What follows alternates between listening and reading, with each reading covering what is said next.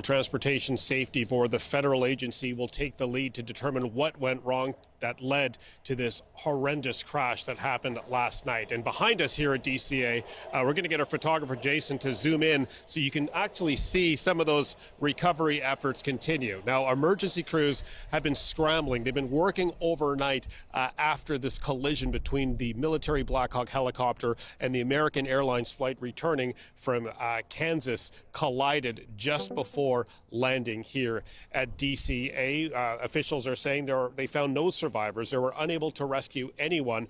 And as the rescue crews tried to find survivors, to find anyone in the aftermath of the crash, they were describing the conditions. Of course, it was dark. It was nighttime.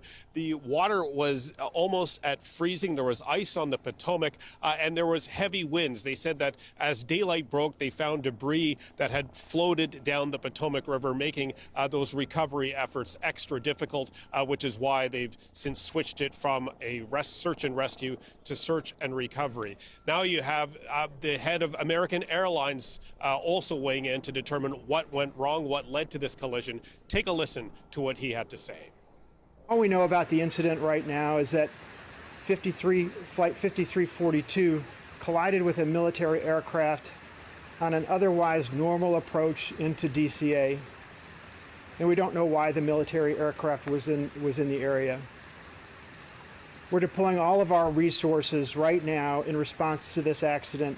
American's care team has been activated, and they're on their way to assist passengers and their families.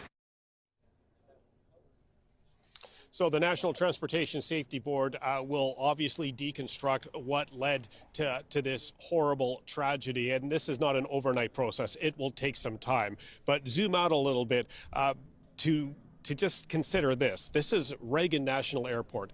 The Pentagon is over there. Joint Base Andrews is that way. It is common for military training exercises to happen here. Those Black Hawk helicopters are a common sight in the air here in Washington, D.C.